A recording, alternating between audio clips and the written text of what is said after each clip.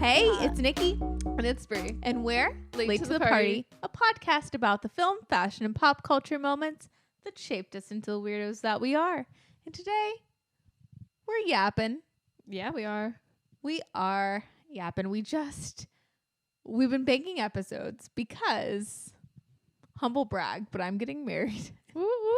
So we're going to have to bank a couple eps, and our producer's away for like a week. So we've just like spent a whole hour chatting about the hours. I know. It's still very fresh on the brain. Very fresh. So this is like a nice little palate cleanse. Yeah. But yeah, just got to get in the zone. I guess that means singing Hannah Montana. It does. I guess that's Clearly just how you get into the zone, you know? Yeah. Yeah. What's your favorite Hannah Montana song? What's the banger? The Climb is the best. Well, that's the song of Our our generation. Yeah. That That's one will bring me our to The tears. Rose. It inspires me, makes me cry. Well, it's the climb. Yeah. Life is the climb. Life is the climb. It's not about how fast you get there. It's not about what's waiting on the other side. That's right. It's the climb. It's like the boulder. Oh my God. Because you just created, Brie, the most fabulous edit. Oh my God. You'll always find your way back home from the Hannah Montana movie mashed up with like the visuals from Party Girl, Yeah. which who knew? It was like midnight and I was just like messing around with the footage from the trailer, and I'm like, I know I got to work on this other TikTok, but it really reminds me of during that era, like when we were growing up, all those like fan videos on YouTube. It really harkens back to that. Can I tell you, that's always been my dream, just to create fan videos on YouTube. That's the kind of YouTuber I'd like to be. Just the fan videos. That's it. You don't see my face. You don't know who I am. Just fan videos straight up. I love it. I love this comeback on TikTok, like of that trend, because growing up, I was always so envious of the people who had the skill to make the mashups. In my mind, they're like Nicole, or not Nicole. Sorry, I was gonna say Nicole Kidman, but she's just on the brain. Cameron Diaz in The Holiday. You know, when she's at her computer, Oh my gosh, cutting the trailer. That's how I picture these people. Making the Hannah Montana mashed up with Party Girl. It's like Cameron Diaz in The Holiday mashing up the trailers. Felt like it for a second. I'm like, wow. Look at my work. You're like I'm done. Scorsese red. It's just like it's just a TikTok. It's a TikTok with Hannah Montana. I love it. I mean, you are our Cameron D. Thanks, Nick. Yeah. What is her name in The Holiday? Oh, I don't know. I mean, wait. I'm like, do you have it up here? Probably no, not. I don't. You moved Never it. mind. Yeah. Whatever. But you're These her. are books now. You're the Cameron Diaz of your generation. Thank you. Yeah. Lena It's nice to Dunham's be the recognized. voice of hers. Yeah. Oh my God. So what's been going on? Oh my God. Well, so many things. Besides making fan edits. Besides making fan edits, just life. Just I've been penguin pilled. Okay. I've been watching The Penguin a lot. Tell me about The Penguin, because speaking of TikTok, I have seen so much hype for the Penguin. As each episode drops, the trajectory of like the discourse on the Penguins changed. Oh, Like people in the beginning I heard was like, oh, it's very similar to The Sopranos, which was why I was like, I gotta say I loved it immediately. Just saying that. because of The Sopranos. No, because I had not seen The Sopranos before that, so Well, I couldn't even say. I hear Christine Melody Oh yeah. is amazing. She in The is Penguin. amazing. She is amazing. From the first episode she's in, steals the show. Yeah, tell me about The Penguin. Have you not seen the? It's okay. I if have you not. haven't. Okay, I've been going through it. I know. I've been having Menti Bees left and right. So please tell me about The Penguin. I'll tell you about The Penguin, which I have a confession as well. Mm-hmm. I have only watched half a Sopranos episode because I had to see what was going to happen with the penguin. I'm so obsessed. Yeah, please, pray tell, Brie. Well, okay. First off, it's Colin Farrell. Mm-hmm. You cannot tell it's Colin Farrell. It's crazy. The prosthetics, which we just talked about the hours. So you know how important prosthetics, noses can make or break a performance. A nose can win you an Oscar. You can win an Oscar by a nose. You can. I think he could win an Emmy. I don't know if this counts or what. I don't know what the criteria is, but I think It's because on TV or, you know, on It's- HBO. So right. why not? Right. that's, I think just because, well, I enjoyed like in the most recent Batman movie with, you know, your man, Robert Pattinson. Our Pats. our Pats. The Penguin makes an appearance. I mean, it's a small role in the movie, but I was like impressed with just Colin Farrell at the time. But they don't really get into the Penguin and who he is and what he does. But this is kind of like I guess like a backstory of sorts, like how he becomes like a kingpin of sorts. Kingpin Penguin. So he is like Tony. This is like the Many Saints of Newark. Is he already the Penguin? No, he's not. So what happens is, and this isn't really spoilers because it's in the first episode, like if you end up watching it, but like also in the movie, Falcone, the mafia guy, he's dead. So it picks up where that left off in a way. Because I don't think in the movie even he's like, I don't know, that whole take on Batman's really interesting. The most recent Batman movie. I forget if it's just called The Batman, I think. I have seen The Batman. Matt Reeves is The Batman, but I was on edibles. So all I remember from The Batman was Zoe Kravitz looking amazing as Catwoman. Yes. But all I remember is at the movie theater, because I was on edibles, I thought in my brain Something in the Way by Nirvana was like Nickelback. Oh my God. And I like audibly was like, why are they playing Nickelback? Like I was just, that's hilarious. that's all I remember from the Batman. They should have played Nickelback. Oh my God. It's like Batman with the photograph of his parents. It's like, look at this photograph. To me, that was the Batman. So that's how you would direct the Batman. Yeah. But yeah, so the Penguin. The Penguin, basically it just tells the story of how he's like trying to climb to the top. And so far, like he's still not there. He's climbing, he's scheming. He's like someone who can like bald face lie to you. Like he's a double agent. He says whatever he needs to in the moment to make things work for him. Sometimes it really works and he's a good schmoozer, and other times things blow up in his face. But for the most part, he always seems to get out of situations, which is kind of fun to see. You know how I love that. Yeah. I love a do it He's for a the rascal. plot. Yeah, he does it for the plot. And then what is her name? I know you just said it, but I'm not. Like Christy Melody? Melody, yeah. She's really good. She plays like the daughter of like the head guy who just died. And there's like basically like he has a son and a daughter, and the son is like supposedly like taking his place, but she's, I don't know. I don't want to spoil it, but it's just, I just have to watch it. you just have to watch it. It feels like almost like a little movie when you're watching it, because also the art direction, it's really strong, very stylized, like kind of reminds me a little like of like old school gangster kind of vibes, you know. It's definitely pulling, I think, from The Sopranos, now that I've seen some. But unlike Tony, he's not a family man. The Penguin is a loner. You know, he's got a messed up foot, which be prepared when they show his foot. Just be prepared. Or scream, you know. You're going to see his foot. It's scary. Yes. I'll beware of the foot. Beware. I wasn't ready for that scene. They like show like just a quick clip to him like taking his shoe off, and I was like, woo.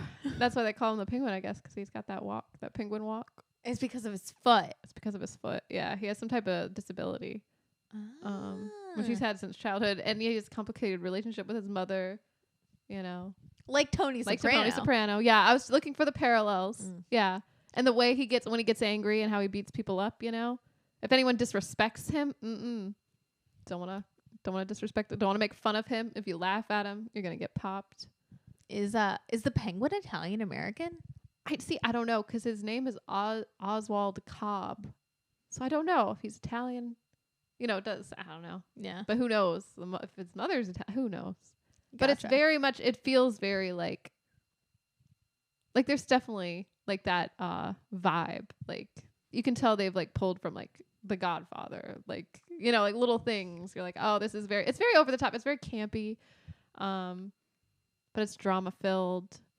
That's really fun. Yeah, he holds this kid hostage basically and makes him work for him after he tries to steal his car rims. So there's that dynamic that plays out. Wow. Yeah. Okay, I'm going to check out The Penguin. I'm going to circle back. I'm going to try it out. And I'm going to check out The Sopranos. Like I do. really enjoyed it. I love Tony's obsession with ducks. I understand now the Michael Imperiale like craze, like when he's wearing the tank top. And just in, when he's just feeling himself to the music in the meat shop. Are you like, I have a feeling if you feel that way just watching half an episode, you might be a Christopher Moltisanti fan. You think so? Yeah. I mean, The Sopranos is one of the greatest television shows of all time. Like, it's just iconic. Yeah. And especially because you're Italian American, there is like a certain like nostalgia factor to it where you're gonna see a lot of things in like not the mafia way, but in their like day to day where you're gonna feel familiar. Yeah, day to day. Like, yeah, I feel like The Penguin's a little more like it's more of a fantasy. It's a little more like the suits and the tie. It's like I don't know. So Gotham is not New Jersey? No, I think it's New York. Okay, yeah, but so different, a little bit. But they're in the nightclub. It's I don't know how to describe it exactly. I'm gonna have to check it out. I really like Christy Milani. I love Palm Springs, which she's in with Andy Samberg. So I'm gonna have to check it out. She has some great looks as well, like the fashion in The Penguin. I'm excited. Just poppin'. I'll check it out. Yeah, I'll check it out. You watch The Sopranos. Yeah, for sure. But you're also a cook now? You're like a ratatouille? Or you're Remy? I'm trying to be. Just a little. I mean, I did make a pasta sauce, a 3-day pasta sauce. So I have like, I picture you just like, tell me about your pasta sauce. And okay. I'll picture what my mind when you tell me about this pasta sauce. Let's just tell me about your journey. Okay. Well, this, Nick, that my aunt who raised me, she used to make a pasta sauce. The best sauce. The best I've ever had. Only one sauce has come close at this local restaurant, but still not the same. She would spend 3 whole days making her sauce, and she'd cook the meats with the sauce. So that's the only thing. This is Ratatouille soundtrack. Continue, please. Anyways, so that was the only thing I didn't exactly do. I didn't cook the meats and add them to the sauce. I didn't do that part by scratch. I thought like that would be too overwhelming for my first sauce. So I just did couple cans of whole tomatoes. Some what I read from doing a lot of research. I researched this process. It was very difficult to find an exact recipe for 3-day sauce. There's a lot of 12-hour sauce, Yeah. Like there's not a lot of information on 3 days. So I just kind of had to piece together this recipe from my memory and from some Google, what is the best brand? El Cento, apparently. Is that what it is? I think. I don't know. That's the tomato paste. So I got a bunch of that. I used fresh garlic from a local farm, fresh basil. I went the extra step and bought a mortar and pestle. And I cooked, what is it? Oh my God, this music is too much. I love it. What is it when you crush it in the pestle? Is that a word? Yeah. Grinding it? No. Mashing it? They know what you mean. You know what I mean. A little salt and pepper, a little bit of red pepper flakes, not too much. But you nursed that thing for 3 days. I did. It was a whole process. I felt like Sophia and the Golden Girls because she talks about making love to her pasta sauce, and I felt like that's what I did. Not to be graphic, but I did. I made love to the pasta sauce. It was spiritual love. You soul gazed? Yeah, you do. You stir it every so often. You put it on low. And it's very aromatic. The whole house smells like pasta sauce for 3 days. It's great, actually. It was a lot of fun. And then I put it in jars and gave it away. But I wish I had more. I didn't know how quickly it would pop off. It was a big hit, Brie. I'm really glad. Your sauce was a huge hit. And I was so proud of you. Oh, You were like my little Ratatouille. I was so proud of myself. I didn't know if I could do it because I'm like, oh, I don't know. We'll see what happens. If it's a flop, it'll just be a fun story. It was a whole pasta sauce journey, though. It was. You were like, I gotta go home to my sauce. It was like you. You were in a relationship with the sauce. I was in a relationship with this. I'm like, sorry. Yeah, I would love to, but I gotta go check on my sauce. You did. You were like, I gotta go. I gotta check on my sauce. It was really sweet. It was like wholesome. It was a hobby. It was a proper hobby. I was kind of jealous. It was a 3-day hobby. It was fun. You could make a 3-day sauce. That's true. It's a commitment, but it's worth it. Are you gonna make another sauce? I think for Thanksgiving. It has been requested, so probably a bigger batch this time, just to have reserves. And what would you recommend putting your sauce? Like what kind of pasta? Oh, I don't know. Whatever kind you want. Like it could be on spaghetti, penne, rigatoni. I don't know. Cavatells. Oh my god. Can you get cavatells? I don't know what the word on the street is. Like where? Yeah. Yeah. What was the last you heard? Did they stop making that too? I've heard they stopped making pastina. That's what I heard too. And you know what is very insulting? Not to get fully like The Sopranos. I know you all of a sudden, Nick, you're like, not to get too insulting. This is a Italian American hour. It is. But so it was very sweet. So my fiance's sister, when we were sick a couple months back, she was like, "You're Italian. Here's this recipe for pastina." Wait, for like to make it by hand? To make no. She gave me like a Pinterest recipe, which was very sweet. Like the thought was there, but she was like, "You're Italian. Here's this recipe." And it was like a Pinterest recipe. Mm-hmm. They made pastina or pastine, as my fam said, with orzo. Oh. And she was like, "I know you probably never heard of this before." Orzo. Who hasn't heard of orzo though? I don't know, but I also think it's like so interesting that I guess you can't get pastina anymore. There's a pastina shortage. And they're like orzo, which I guess, but they're just little stars. Can't they make them into little I don't understand. Yeah. Is it an importing thing? Like, are they not sending out the pastina maybe anymore? Who are they? The pastina fairy just said no. But it's a travesty, and I don't know. As a kid, did you grow up with pastina, like having it like in soups and like? Yeah, all the time. It's a comfort food. I feel like it's one of those. I don't know. Like my aunt would always put it in her chicken noodle soup. Sometimes rice though. But yeah. No, I just grew up like always having pastina. So I was like orzo. I was like, get out of here with that. Yeah, get out of town. Do I turn into the penguin when you recommend orzo? You disrespected me. Say that again. What did you just call me? Yeah, he does. He pops out. He's like so stereotypical. Like he's just such a character. I love it. I love that it's Colin Farrell behind all of that. That's what I'm saying. You will just your belief will be suspended because you're not gonna your disbelief. Wait, yeah, your belief will also be suspended. I don't know. I don't know anymore. Your belief that it's Colin Farrell. Yeah, suspended.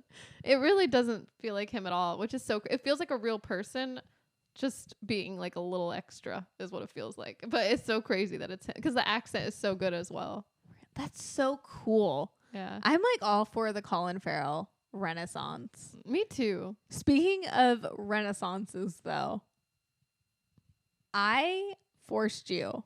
I did. Why? Yeah, I did kind of force you. A little bit. To watch Nobody Wants This. Yeah. I always, in my mind, I mean, like, it was there. I want to call this TV show though Nobody Wants to See This. Nobody wants but to that's see this. The comeback with Lisa Kudrow. I know. No, I don't want to see that. No one wants to see that.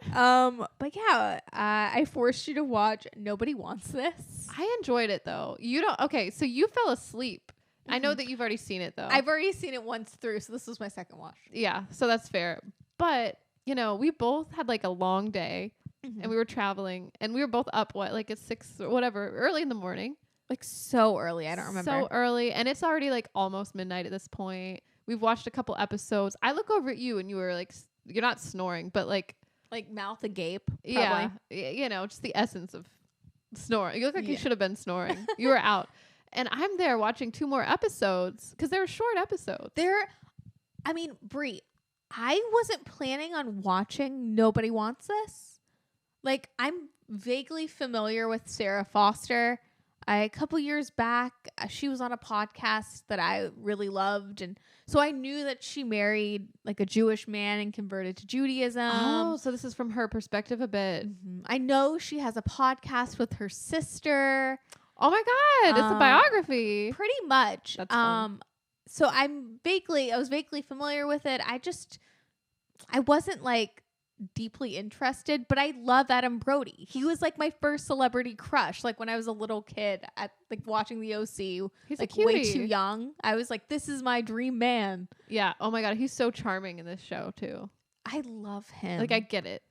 He's always charming though. I'm the biggest Adam Brody stan. But what was I saying? I don't remember my train of thought. Never mind then. But you forced me to watch. Oh no, I wasn't planning on watching it. Like last week on my iPad, I just out of curiosity clicked on it. You just watched it all in a week? No, in a night. The whole series? The whole series I watched way. in a night. Oh, I get it because after you fell asleep, so the TV, where we were, the TV did that thing where it's like, are you still watching? And I'm glad it did because I would not have slept and I needed to rest. I needed my beauty sleep, because we had things to do. Yeah. But if the TV didn't stop me, I would have kept watching. And I tried to find the remote, but I couldn't find it. And I was like, whatever. It's, I can't stay up any later. It's like 1 a.m. Like I need to go to sleep. I'm running on low, yeah. But I was invested.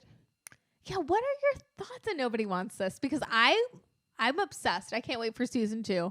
It's really cute. It's hilarious. I like that the episodes are so short because, well, for one, I feel like my attention span is kind of short. It is perfect for my attention span. Yeah, it wraps everything up. It did, however, feel a little bit like playing an episode game. Like, I don't know. This is what my little hobby has been lately to de-stress at the end of the day. Some nights I will hop on. I don't know if you've ever played Episode, but it's just what the app is called. It's one of those on your phone games. I have never heard of it, but I am open to this. Tell me about Oh my God. It is so much fun. It is so silly. It is like basically, okay, I'll show you. This is Episode right here. Now there's a girl with a witch hat because it's spooky season. Oh my God. They're like those ads. Yes, it's the ads. Yes. Like, oh my God, I got her pregnant. Yes. Look, feed the baby. Dangle the baby. Yeah. Like, it's kind of like that. Yeah. Or like the Kim Kardashian game. Oh my God. From back in the day. Yeah. Okay, open up Episodes, right, please. So I'll show you the episode anniversary. Daily login. Ooh. So there's so many stories. Look, my fake boyfriend, fiance for hire. So anyone can write. I think what I'm going to end up doing is ripping off Nobody Wants This and see if anyone notices and make it into a story. Do it. I don't know what all this is because this is recently downloaded, but I will show you. Oh man, that's offers. Wait, hold on. I'm like, what am I reading now? Where is Billionaire's Little Secret? So this is the episode I'm playing right now, and I named my character Billionaire's Little Secret. But anyway, like it basically there's some type of like setup, and then like the choices you make kind of changes the story or makes it more interesting. And what I have been experimenting with, instead of picking the best choices, I've been picking the worst. Which is really fun to see, what will happen if I decide not to wear that dress. Because it's like, oh, this cute guy's talking to you. Are you going to wear this dress and pay like all these gems for the premium look that you get to wear again and again? Or are you going to wear your ugly like grandma outfit? Does that change the trajectory of your life? Not completely. Because usually what will happen is, this is just a whole experiment. Yeah. And I don't know if this relates to real life. I don't know. Maybe I'm Delulu. But the universe finds a way. So in the story, like it may not be ideal. So like the guy, the billionaire that I'm like dating or whatever, he still hasn't given up on me.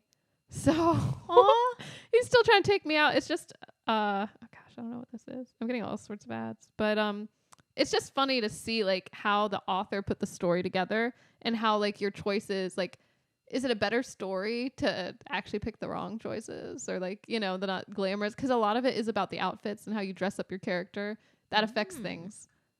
But they really just want you to pay, I think, for premium. I don't know if they get like a cut. I don't exactly know. I'm still figuring out. But see, like, for example, this is the outfit I wore on our date. It's like a stained shirt. Because I didn't have enough gems. That's the only thing about this game, that like your gems are going to go so quickly. So how is Nobody Wants This like an episode of episodes? Oh, yeah, that's right. To articulate, it is the shortness, I think, of the episode itself and how things are kind of wrapped up in a bow perfectly by the end. Or at least that's how it felt for the first couple episodes of watching. You know, like the flirtation. Like, I feel like things happen kind of quick between these characters. Totally. They don't do the whole cat and mouse.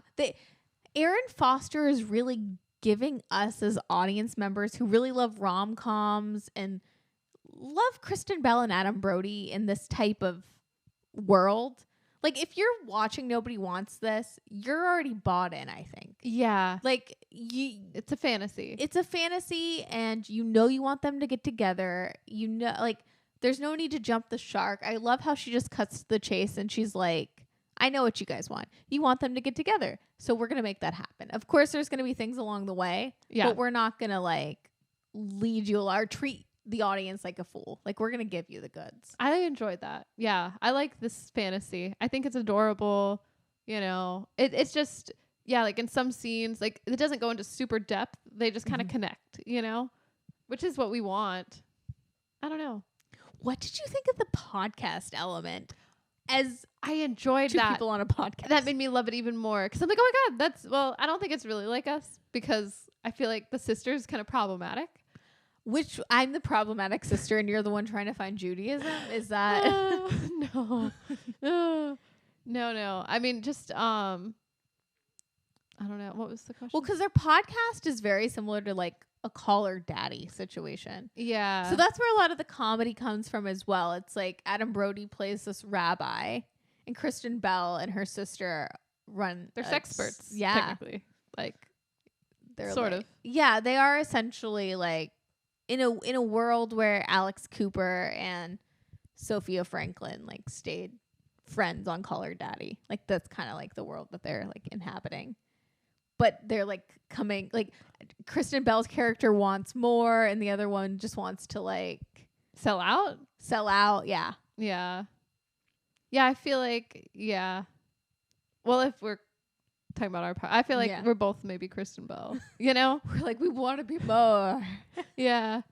But, I really enjoyed that scene where they're in the sex shop and, like he runs into, I don't know if it was like a rabbi or someone someone important in the church. Yeah. Yeah. And she like is like, she comes back with like some type of mask and whip or whatever, like smacks him in the booty.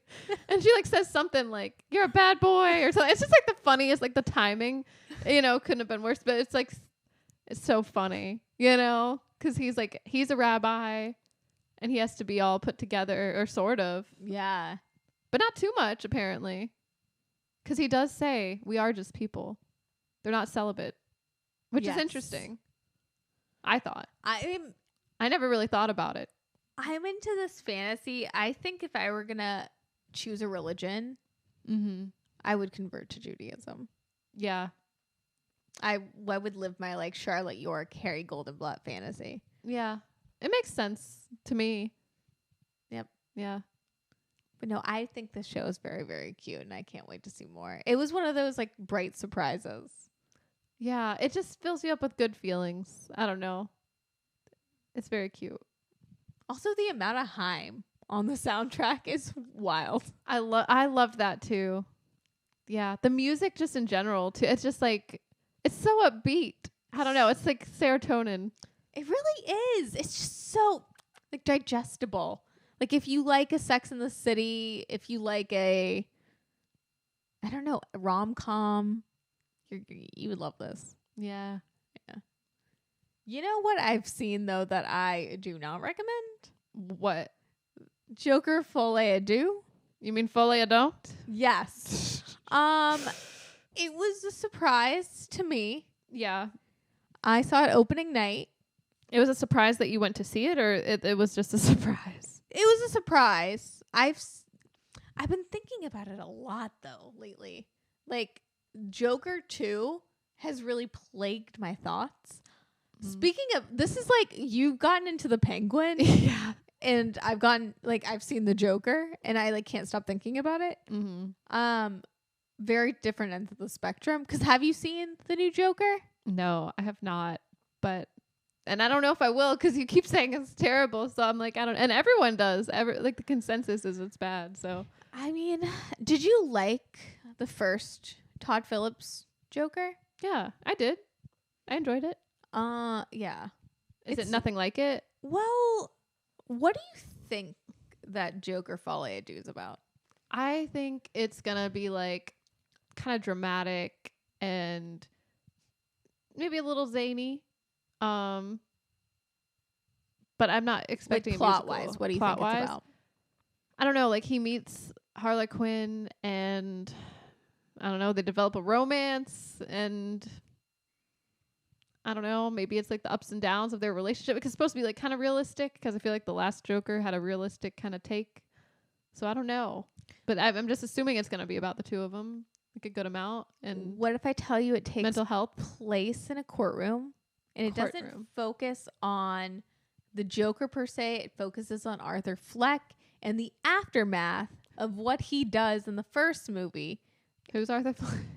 The Joker. Oh, yeah.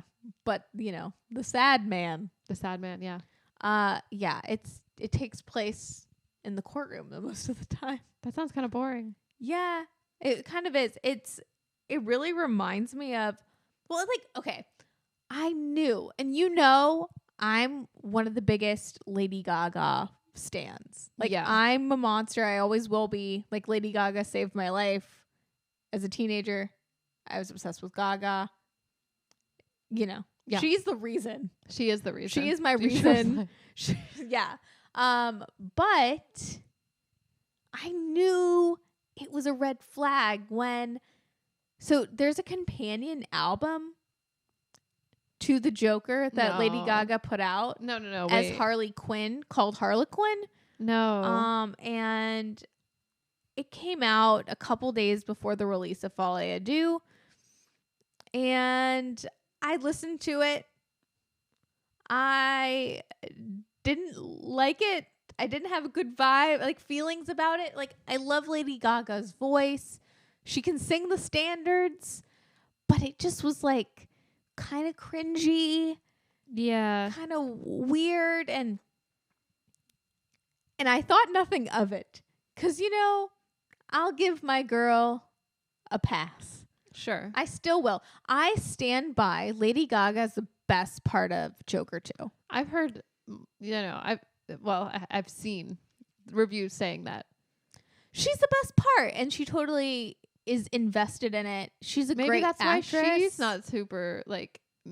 I don't know. I've seen this like I've seen articles and clips, and they're like trying to analyze like what Joaquin Phoenix is saying to her when they're, you know what I'm talking about? Yeah.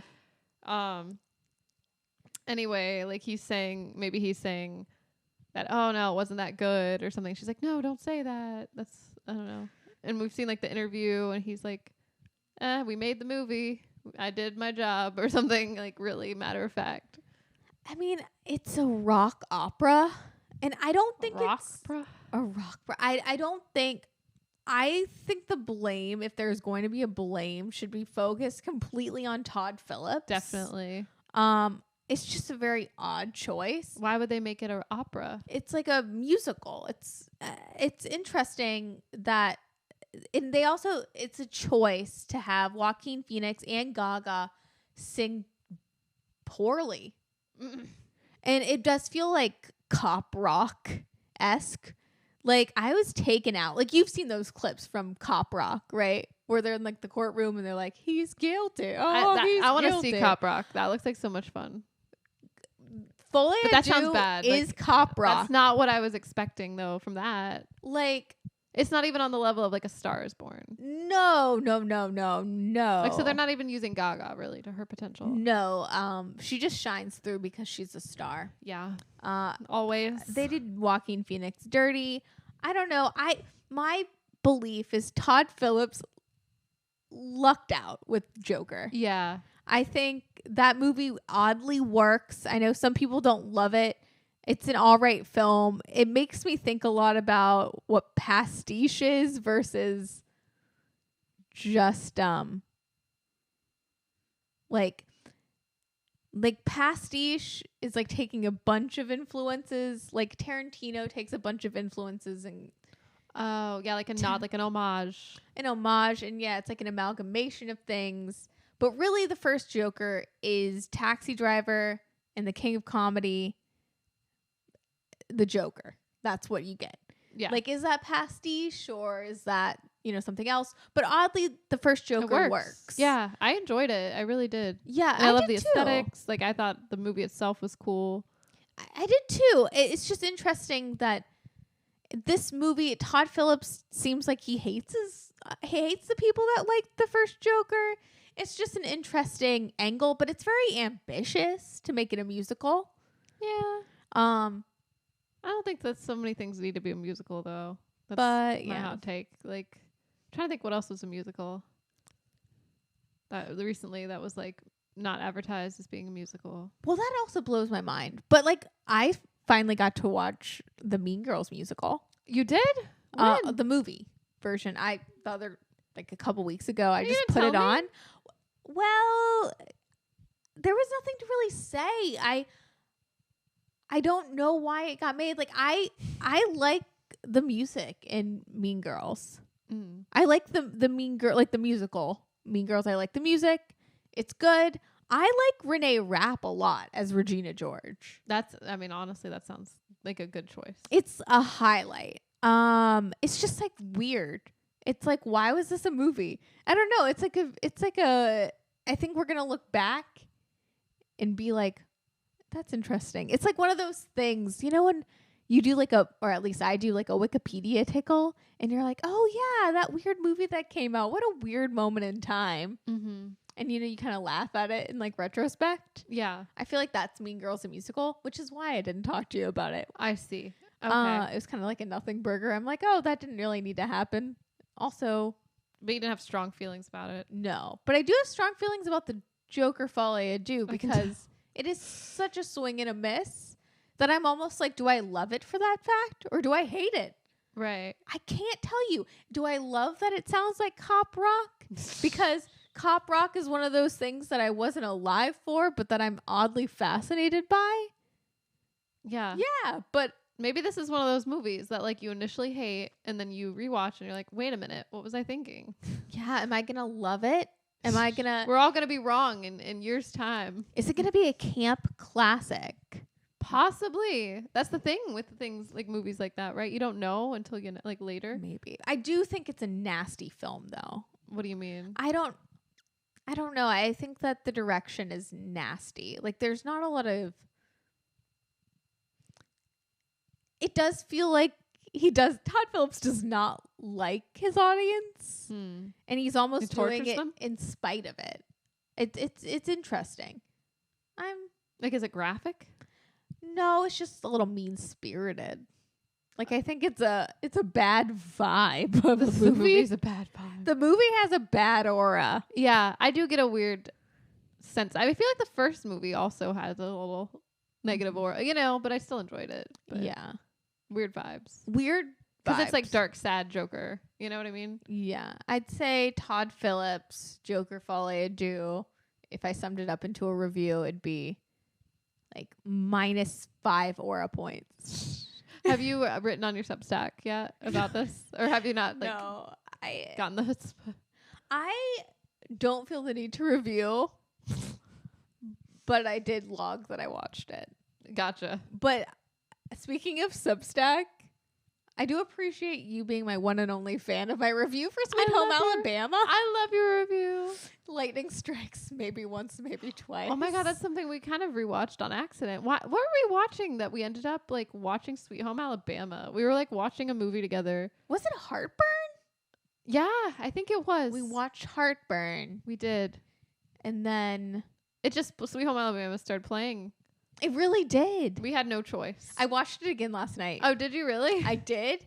I love Sweet Home Alabama. It's a good one. What are your thoughts? Because we had a rousing debate about Sweet Home Alabama the other night. Well, I don't know if it was a debate. I think we were on the same side. Yeah, can you debate at something? We debated at the screen. We were like, you're wrong. we were debating with Reese Witherspoon. Yeah, or like Andy Tennant, Yeah. the director.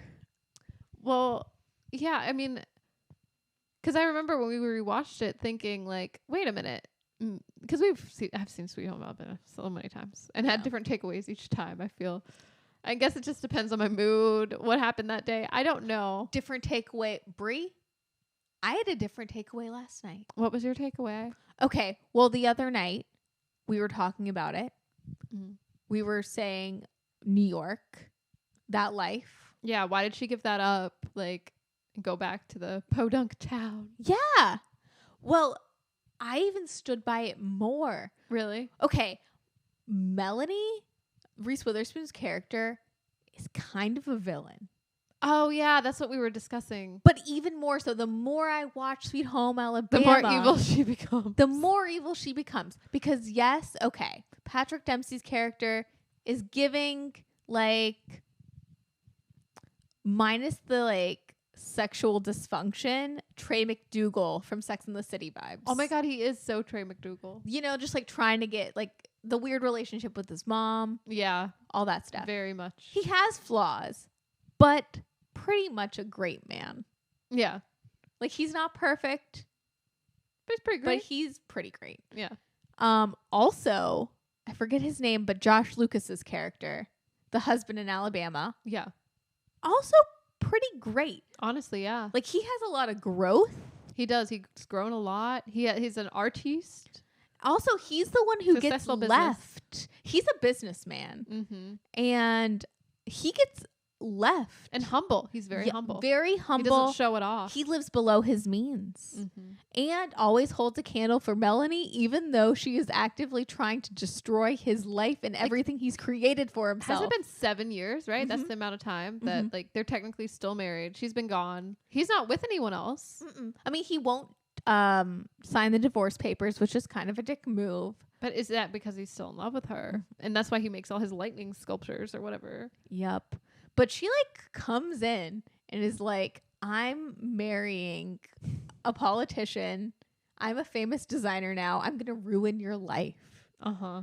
And then she proceeds to ruin Ethan Embry's life Oh, that part was heartbreaking. by outing him. She like tears up that town She does. She's like a tornado in for that town. no reason. And you know what? I have learned my lesson from via Sweet Home Alabama, but also from my journey. Mm. If you leave your hometown, you probably should not go back. Don't go back. Oh, just don't. Don't go back to your hometown. You can visit, but like I know she's visiting, but don't come back. Let them live. Let that baby be in a bar. Let Melanie Linsky have her baby in a bar. Just keep. Who are you critiquing these people's lives? Yes, because she comes in and just is mean to everyone. That's true. Yeah. It's a little cringy. She's a terror. She's a menace It's to so this funny town. though. I think it's hilarious though, just the interpretation though, like of the city folk versus Yes. country folk. You know, like that whole, I don't know, that's I guess divisive or whatever. Such a divide. Yeah. But I do feel like a Melanie, Mm-hmm. which is why learning through Sweet Home Alabama. This is really just I'm like, let them live their life though. You're never gonna like see eye to eye. yeah. But also, she had a great life in New York Yeah, why even? Well, she had to go back, I guess. to sign those divorce papers. Yeah. But also, she should be with Josh Lucas's character because he loves her. Yeah. And he's a self-made millionaire. It's pretty hot, actually. Very hot. Hotter than Patrick Dempsey, in my humble opinion. Yeah.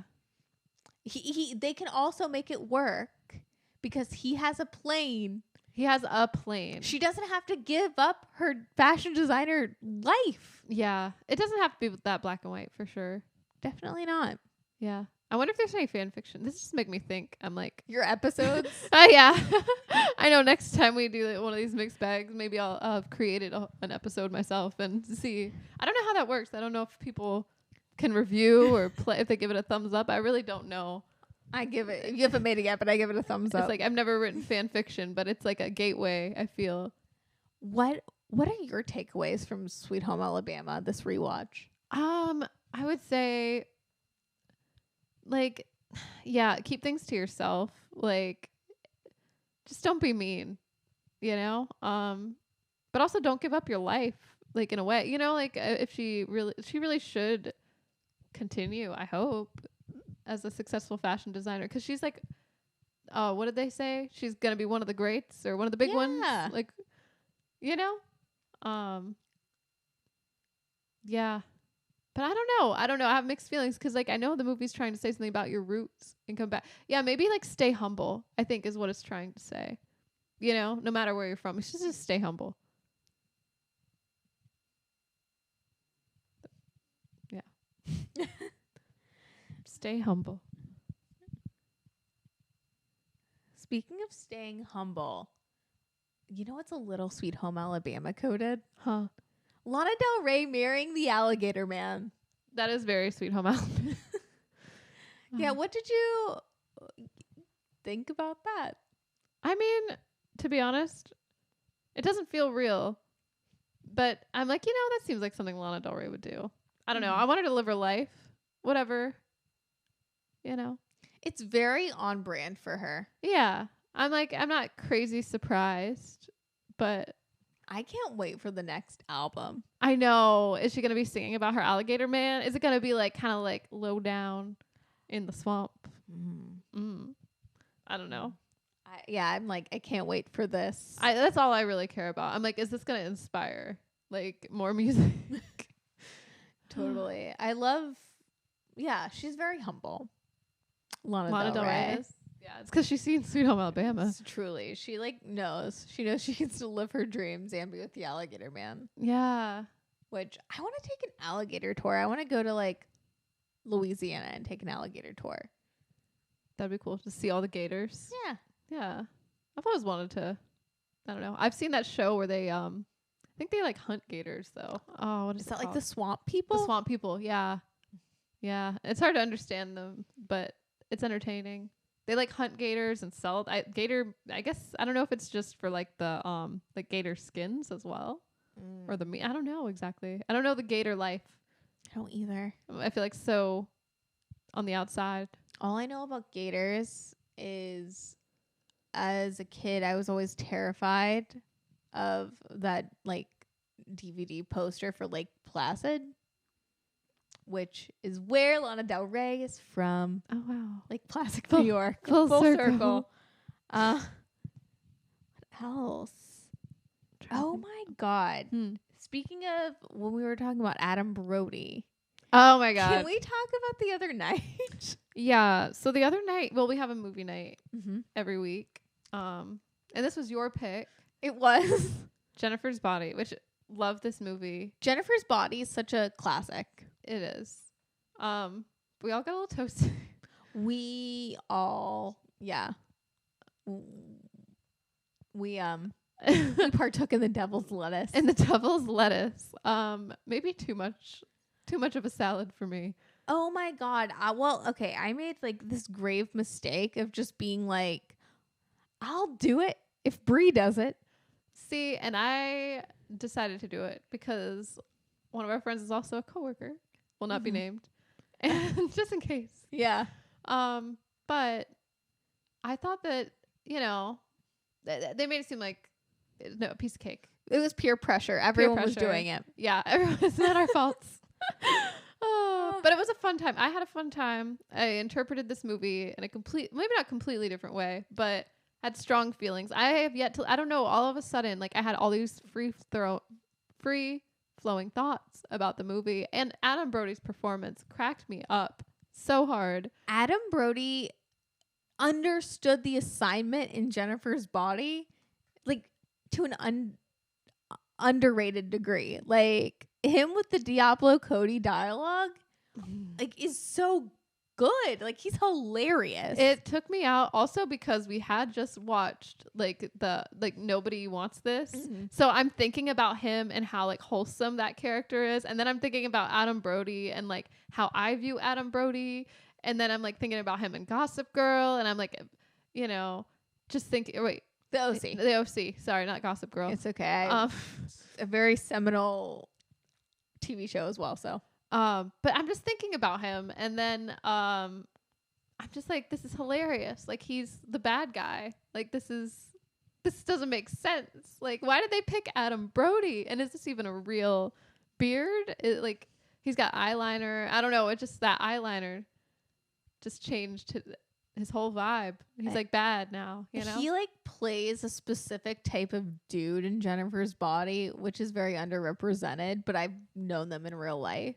What kind of dude is that? It's like such a douchebag, like a tool, but cool because they're like in a band, and like oddly just, it's hard to articulate, but who this character is someone I've met in real life, and it's really funny to see it, like the representation. He did a good job then. It was accurate.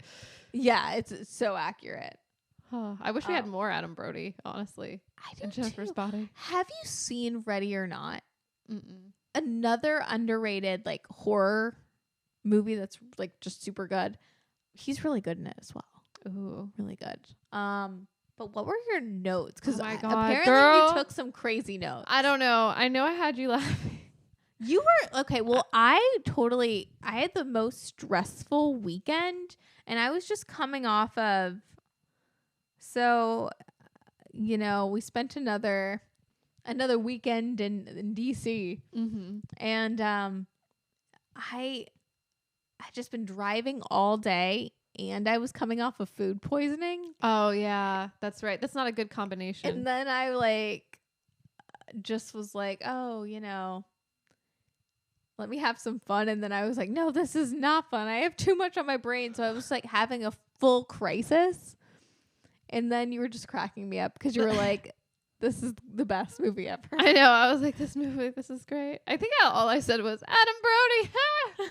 You said a lot. I feel like we communicated. I felt like we did telepathically. Like I felt like I was saying so much to you with just a look. We were like Kristen Wiig and Maya Rudolph in Bridesmaids. I'm so glad I feel like we had like a full on conversation, but I knew my mouth wasn't open. But I'm like, we're communicating right now. Oh, I thought your mouth was open. Oh, really? See, that's how far. But I was like, who's to say? I mean, I interpreted that night way different than everyone else too. I thought I was like running through the house, freaking out, but apparently no. You went in one room, and then you were in another room, and you stayed in that room. That was it. It was all internal. Let's see. Where are my notes though? Where did I write these notes? Yeah, where are these infamous notes you've been talking about? Do they even exist? Hold on. Oh wait, maybe it's in like my email draft. Like maybe I didn't send it, but maybe I drafted an email. Sometimes I'll email myself ideas. I do that too. I don't send myself emails, but I will draft myself emails like they're a Google Doc. Yeah.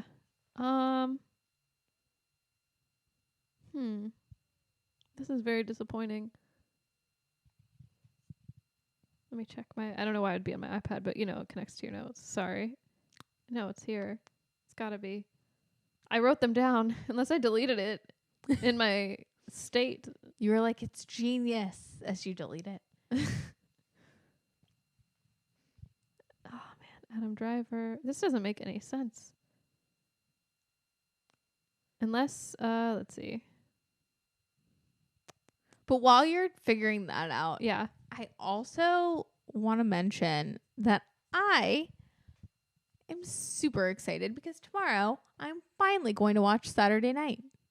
The movie? Mm-hmm. Oh, cool. I've been holding out. We had the opportunity this weekend to do my favorite activity, which is go to an AMC. Oh, yeah, the AMC specifically. In the afternoon, a matinee. Oh, that would have been so fun. If we weren't so tired and didn't feel like we were going to sleep through the movie, I was going to do it. I would have done it. But I'm very excited. I have heard excellent reviews about Saturday night. I'm like, I was raised on SNL, and, you know, my parents were big SNL fans, so I'm like really excited. Honestly, I want to see that too. You're going to have to tell me how it is. I will report back. That's when I would go to the theater to see, though. Like, I don't know about Folie and Deux. I feel like I've heard so many negative things, so I'm like, You can pay a ticket to go see Saturday night and then also sneak into Folie and Deux. Plan it out.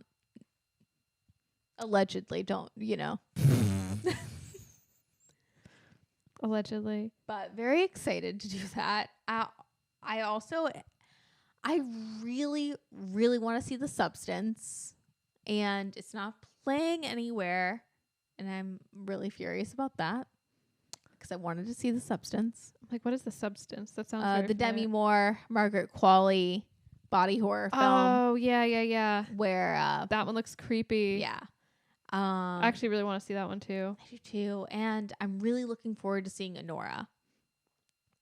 It has Mikey Madsen in it. It's directed by Sean Barker, I believe, who did like Red Rocket and Tangerine and the Florida Project. Ooh, I wanted to see Tangerine. Yeah, it's getting a lot of Oscar buzz. And I don't know. I'm like, oh, this could be a really great film. So I can't wait for Anora. Ooh. Any updates on the notes? I can't find these notes. I don't know what I did with them. I will let you know what I remember writing down to myself, though. What did you remember? So, I remember thinking, like, well, because we had just watched American Psycho as well, and I was thinking, like, is this a thing that serial killers do? Is that they laugh, or not laugh? Well, maybe that too. But they sing songs before they murder people? Because they were singing, like Jenny, like, you know, I've got your number. 8675309. Yeah, it's a sick and twisted scene. But I'm like, oh, what does this mean? And then I'm like, is she just counterbalancing? Like, is she just really balancing, like, the, you know, how do I word it? Like, you know, like what's been done to her? She's just balancing the karma, maybe. That's why she's just killing boys. That's why they're just boys, you know. Which I mean, I know some of this we've kind of talked about, but it just like hit different. And it, like, the movie was just so much funnier to me. Like, the things she was saying was so biting, and just, I don't know, it just made me laugh. Like, this movie is a comedy. Like, in my state, I was very concerned because I was like, oh my God, it's scary. yeah. But it's like Diablo Cody's dialogue is so biting and hilarious. It's a funny film. Jennifer's Body is essentially just like a comedy. It is. Yeah. And then I don't know. I'm trying to remember what else I wrote down, but something about the serial killer gene, just passing it on. I don't know. Like, she gets murdered technically, and then she tries to murder Needy, but doesn't. But then she becomes I don't know. I just like had all these thoughts that made sense in the moment, but now I don't know. And now I can't find these notes, and that really makes me mad. But They're just lost to the sands of time. I guess so. Yeah. But any other things you've been I know what interested? Oh, sorry. Yeah. I'm sorry. No, I think I know what you're going to say. Let's talk about I it. want to see my old ass. Oh my God. That's something I want to see. If we're talking about movies we want to see, you know, mostly because it's Aubrey Plaza. It looks kind of funny. It looks so funny. Yeah. Also, she's not really that old in it, but I think that's funny. That's I don't know. It looks like it might actually be like a heartwarming movie as well, because it's like something about like your I don't know, your younger self or your older. I don't know. It looks like it would be good. Anything with Aubrey Plaza, I'm there. I'm like front row and center. I want to see Aubrey Plaza and everything. Yeah. And then I don't know what the outrun is, but Saoirse Ronan? Never heard of it. Yeah. I haven't either, but Oh, Saoirse Ronan? yeah, I don't know why I said Saoirse. Oh, okay. I have heard of this. interesting. It's interesting. There's another Alien movie coming out. It's kind of crazy to me. I mean, I can't believe Aliens lasted so long. I know. I've heard good things though. I'm excited for Gladiator 2 and Wicked. Ooh, oh yeah, Wicked is one that I really would like to see. I'm going to try to create my own Barbenheimer, do a Gladiator 2 and a Wicked to cleanse the palate. Ooh. Oh, when you have that big theater at the... No. Just when it comes out on Thanksgiving. Oh, they both come out on Thanksgiving. Yep. Oh. I'm trying to have my Barbenheimer. Yeah. Oh. Like literally, yeah. Yeah. I got you. The Brat remix album. Oh my God, I love this album. I love how Brat, it's Brattum now. Brat Autumn. The title is Brat, but it's different. Completely but it's different. The same. But it's still Brat. Yeah. What is it? I think that's what it is. I don't know. I'm fully bought into Brattum. I love Brattum. Yeah. Brat. And it's completely different, but also still Brat. Thoughts on it? I love it. I think it's so cool to have like so many other artists on these tracks and kind of remix it and give it a different vibe. Mm-hmm. Like it feels like a completely new album, but not, obviously it is still, it's like still the same, but still it's Brat. Yeah. I don't know. It's really working for her. I feel like, I don't know. I love it. I mean, I'm still so into Brad. Yeah. I'm into Brattum. I'm into Charli XCX. I love seeing the clips from the Sweat Tour with Troye Sivan. I'm into what Charli XCX is doing right now. And I love how this album tackles a lot of the interesting things that's happened in her life post Brat. Like 4 months ago, she wasn't super famous. So it's very interesting to see that. Yeah. Like play out. That is interesting. I saw like there's like this Apple interview. Do you know what I'm talking about? Like with Zane Lowe. Yeah. Yeah. But she talks about how she doesn't always have it all together. It made me think of The Hours, but maybe everything makes me think of The Hours. I don't know. But just like I hope she's doing okay. Yeah. But I don't know. Go ahead. Oh, because sometimes she talks about like being in a dark place, and I'm like, that's crazy. But I also like being famous, like all of a sudden, it's crazy. But she's worked so hard for it too. She has. I mean, she's been working for like a decade on this. And I think it's like all reached a certain point, though. It does prove. I know we've talked about Brat before, but it really does to me prove that like as long as you're like very clear on your vision, like you're doing things from an authentic place. Yeah. That things will ultimately work out. Like she's been honing her craft and experimenting and doing what she wants for so long, and like success didn't come overnight. Like overnight success is like 10 years. Yeah. And like she's had fans like that have been there a long time, and then like new fans too, which is cool. Like I'd say I'm a newer fan. Yeah. But I don't know. What would you say? Like what is your journey with Charli XCX? I mean, I've heard about her. I mean, I've been familiar with her for a really long time, and I was really into that first album. And I like obviously like the song with Icona Pop. Yeah. Was like a seminal song for me in my like teenage years. But I kind of fallen off with Charli XCX for a while. And then, I really loved the song with Troye Sivan, the 1999 song. And I love that album that came out afterwards. And I love the stuff she did with Sophie, but I wasn't like a super fan. But then when Brat came out, we all went feral. Time. Yeah. I feel like something took over. Yeah. So I was like, a casual Charli XCX fan. And now I'm like, she's like the coolest thing ever. She's like saving music. I love her. But any standout songs from this album? Yes. I really love Sympathy is a Knife featuring Ariana Grande. Mm-hmm. It's so good. I love that twist on it. I love it. I think it's my favorite from the album. I don't know. Something about Ari and her vocals too. Like they just sound so good together. I love when they're they sound like little robots, you know. You gotta check out Ariana Grande this past week of recording. She was on SNL.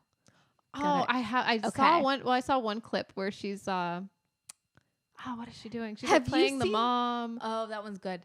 Celine Dion. Have you seen her Super Bowl impersonation of Celine Dion? No. Oh my God. I'm gonna be sending you some stuff, like the clips from SNL. Please do. So funny. She's been on SNL before. She's pretty. I love Ariana Grande. I do too.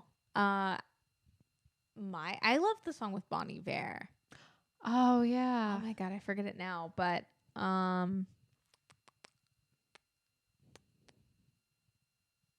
I think about it all the time. Yep.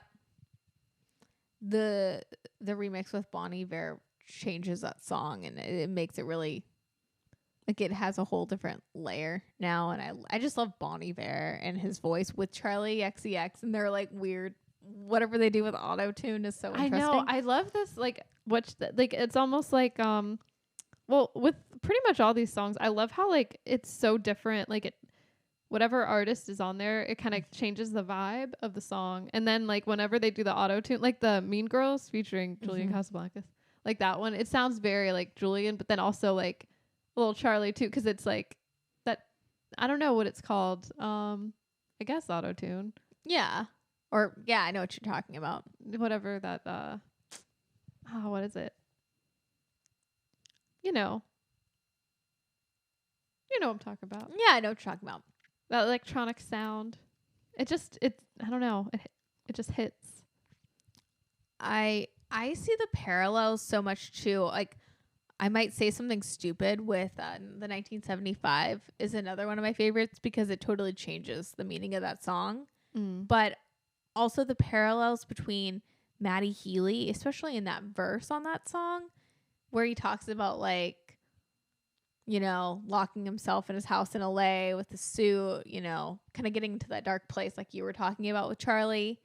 But then also thinking about like how she kind of is very similar to Matty Healy in certain ways.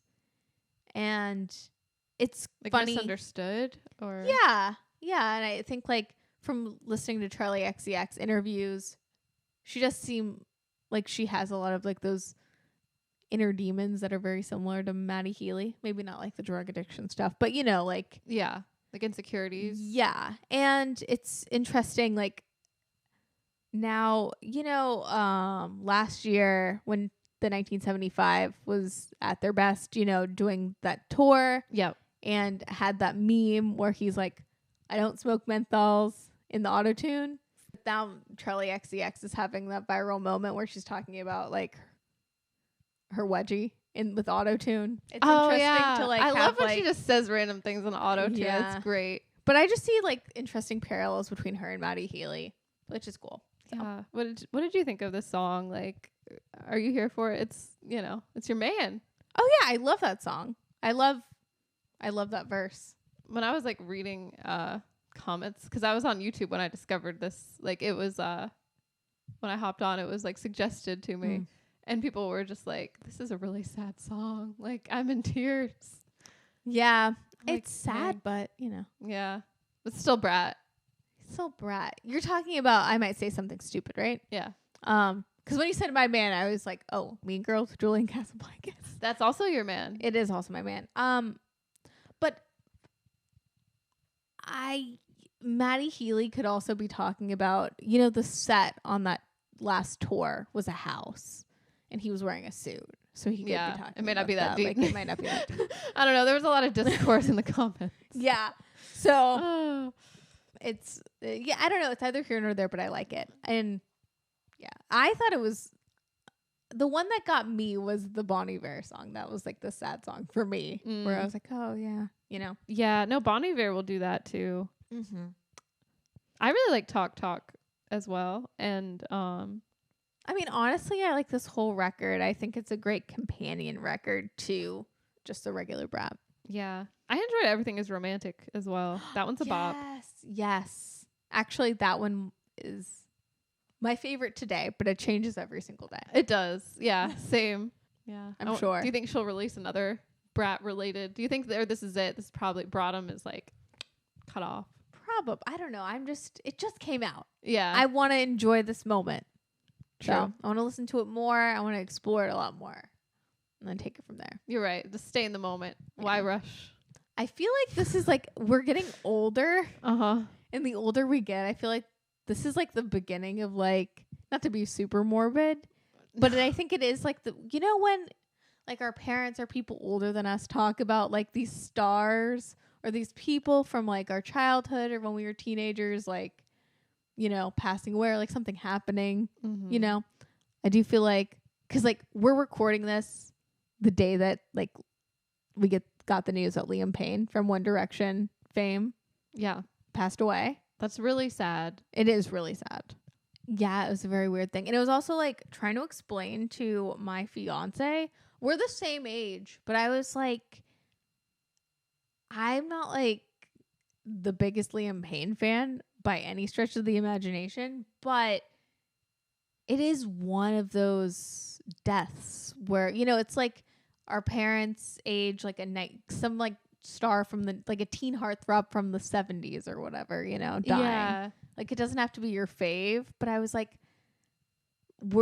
if you were a teenage girl in the early 2010s, you know who Liam Payne is. Yeah. 100%. You're like, this is like a big deal, even if you didn't like him specifically. Like, yeah.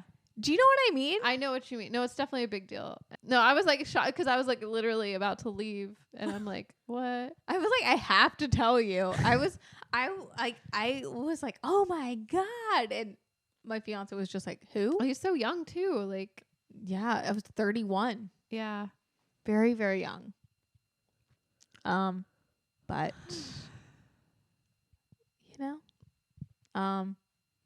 but yeah, just it's crazy. Like to think. Yeah. I guess, are there any celebrity deaths that like really made an impact on you? Oh yeah, definitely. Prince for one. Number one.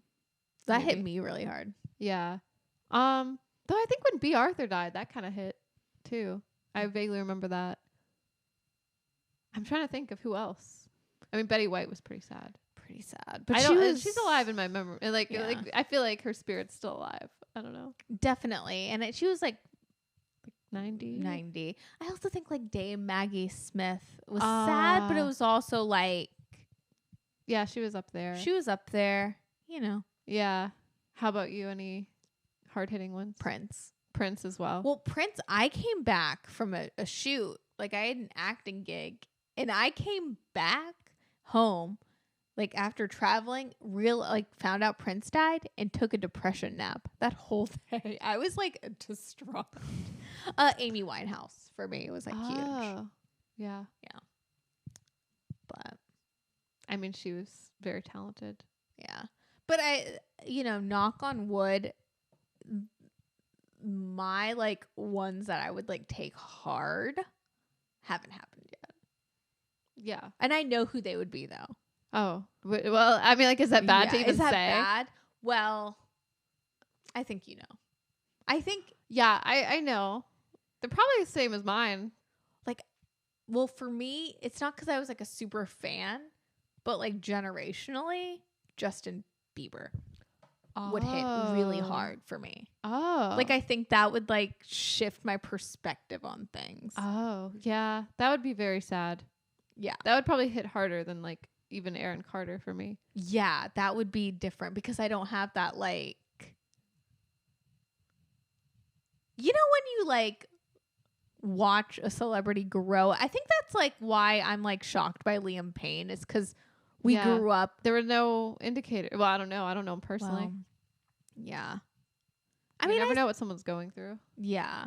I did see those interviews. Remember a couple years ago or maybe even last year. I don't know. Where he was like, they wanted me to be the star. And it was just like a very interesting. Instead of Harry. Yeah. Like it was just a weird interviews. Huh. Where I was like, I'm not like super surprised, but still very like sad. I feel like the ones that are going to hit me are going to be like people that like are similar in age. Oh. maybe a little older, or like someone I've like really rooted for. That's why I'm like, oh, that's maybe like the Biebs, you know? Oh, man. Like someone that like you grew up with, you have like a certain attachment just I was because. gonna say like someone definitely you've grown up with, or like that you look up to, your heroes. Yeah. Well, yeah, you know the one. I'm that like I won't afraid even to utter. name. I'm like, I'm not gonna name what I'm thinking because it's too devastating to think about. Well, yeah, like even on that tip, not to get super bummer at the end. Like I've been very enwrapped.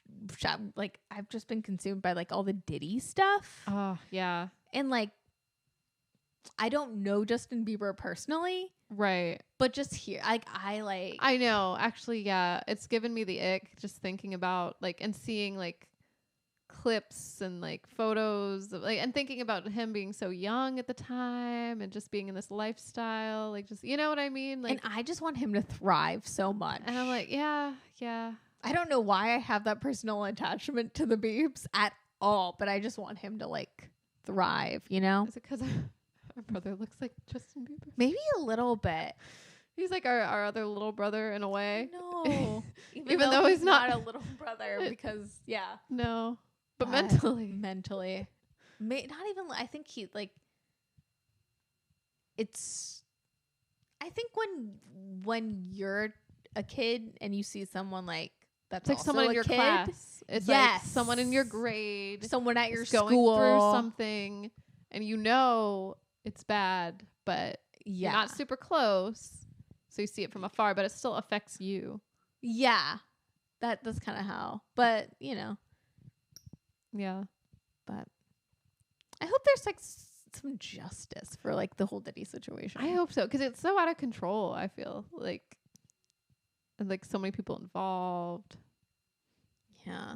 I don't know. He needs to be locked up. Well, you know, it's not just him. There's so many other people. Like I'm sure there's accomplices. and people at the top. Like I feel like there's people above Diddy. Yeah. I don't know. I don't want to get full Jaguar right. I'm like, I'm sure there's other people. Don't want to name them names. Right. But I've fallen full down the Jaguar right rabbit hole. Oh, really? Different rabbit hole, but anyways. Anyway. Anything else before we I know, I'm like, wrap this baby up? How can we end on a lighter note? Oh, yeah. You know what? I feel like this is maybe I'll whiplash people, but you know how we were talking about Brat? Mm-hmm. Well, have you checked out Rebecca Black's TikTok? I've checked out her Boiler Room set. Have you? Oh my God. So she's my new favorite DJ, aside from Charli. I feel like she has to be inspired. The like Brat remix of Friday really slaps. I don't know if you've heard that, but I have. Okay. I have. Yeah. I'm living for Rebecca Black, you know. Like I love seeing her live her best life now. I know she is someone like that. Where Yeah. I'm like someone our age that I'm like, oh yeah. I'm rooting for her. I feel like she got too much scrutiny. Friday is a banger. It is. And she knows what she did. Like to end the Boiler Room set with a mashup of 360 and Friday. Yeah. She was like, I just love that journey for her. I don't know. Too. Anyway, I don't know. I was trying to end things on positive. No, totally. No, big fan of Rebecca Black, and I'm excited to listen to Brat, but it's completely different, but it's still Brat. I know. I feel like I'm going to listen to that just back to back with just, you know, Brat. And back to back. And back to back. Yeah. And season 2 of Nobody Wants This. Mm. Hope it comes sooner rather than later. Yeah. And I will check out The Penguin. Okay, and I promise I'll check out The Sopranos. Deal. It's real. You're just looking at the camera as you're shaking. Well, thank you guys so much for listening. And we'll see you next week. Bye. Late to the Party is hosted by Nikki Jensen and Brie Piccone. Our podcast is produced by Grace Dunbar and edited by Brie. That's me. Thanks for listening. Make sure to rate and review us on Spotify and Apple Podcasts. We'll see you next week. Bye.